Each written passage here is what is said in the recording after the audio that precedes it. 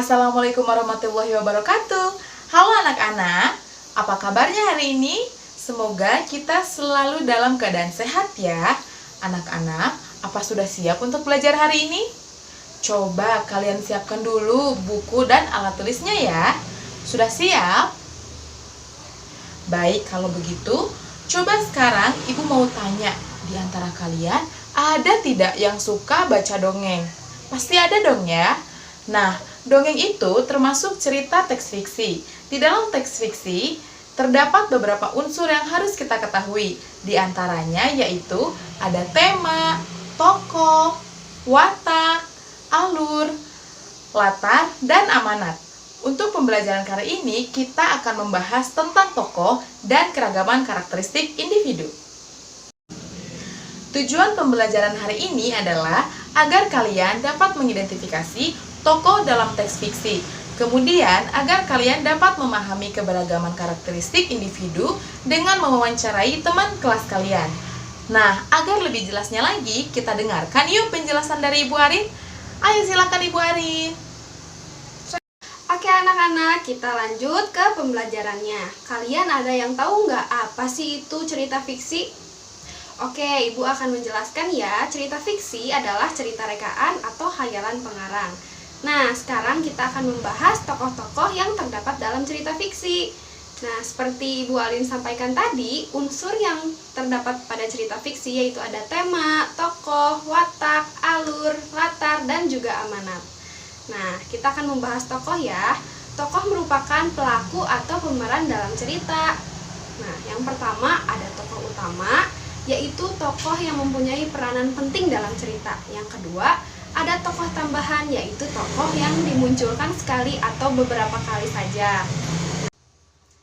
Dari jenis tokoh berdasarkan sifatnya dibagi menjadi 3. Yang pertama ada protagonis, merupakan tokoh yang mengembangkan peranan utama pada cerita, biasanya menjadi idola karena memiliki sifat yang baik. Nah, yang kedua ada tokoh antagonis. Tokoh antagonis merupakan tokoh penentang. Tokoh antagonis digambarkan memiliki sifat yang jahat. Yang ketiga adalah tokoh tritagonis. Tokoh tritagonis merupakan tokoh pembantu atau penengah dalam cerita. Nah, gimana? Kalian sudah paham kan? Nah, seperti yang sudah dijelaskan, bahwa dalam cerita teks fiksi memiliki keragaman sifat. Nah, begitu pula pada setiap individu. Kira-kira apa sih keragaman itu? Keragaman artinya bermacam-macam atau berjenis-jenis. Kalau pada manusia, keragaman diartikan perbedaan yang dimiliki oleh setiap individu. Artinya, manusia dengan manusia lainnya pasti memiliki perbedaan. Perbedaan pada individu itu ada karena setiap manusia memiliki ciri khasnya. Artinya, keragaman karakteristik individu berarti perbedaan ciri-ciri khusus yang dimiliki pada setiap manusia. Oke, selanjutnya bentuk keragaman karakteristik individu ada 5 nih. Yang pertama ada keragaman fisik. Keragaman fisik itu contohnya warna kulit, jenis rambut, tinggi badan, kemudian berat badan. Nah, yang kedua keragaman karakteristik umur atau usia. Contohnya itu adalah tua, muda. Kemudian yang ketiga adalah keragaman hobi atau kegemaran. Ada yang hobinya memancing, menari, membaca buku, bernyanyi, dan bermain bola. Yang keempat, ada keragaman jenis kelamin, contohnya laki-laki dan perempuan. Nah, yang kelima adalah keragaman karakteristik sifat, contohnya ada yang murah senyum, ramah, ada yang ceria, ada yang suka murung, ada yang suka melamun, seperti itu. Nah, itu adalah bentuk keragaman. Oh iya, ada satu lagi, yaitu keragaman budaya dan juga agama.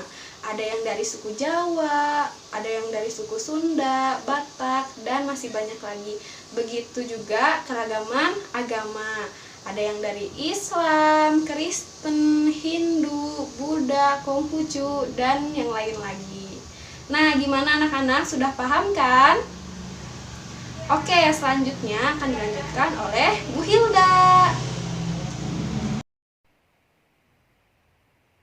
Baik anak-anak, setelah mengetahui bentuk keragaman karakteristik individu, ada pula manfaat keragaman karakteristik individu di lingkungan sekolah.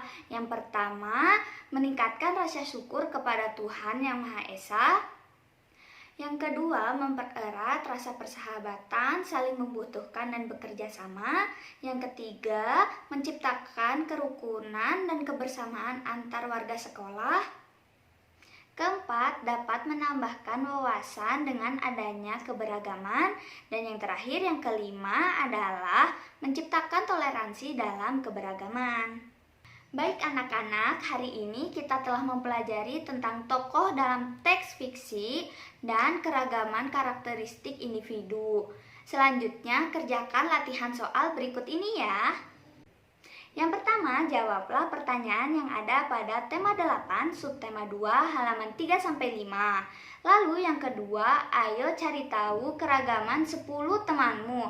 Dapat berdiskusi melalui telepon, WhatsApp, maupun secara langsung apabila rumahnya berdekatan dengan kalian ya.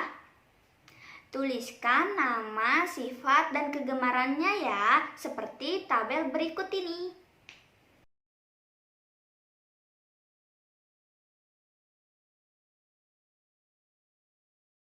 Kerjakan di modul kalian masing-masing ya. Sampai di sini dulu ya pembelajaran kali ini. Semoga pembelajaran kali ini bermanfaat bagi kalian semua ya. Terima kasih. Wassalamualaikum warahmatullahi wabarakatuh.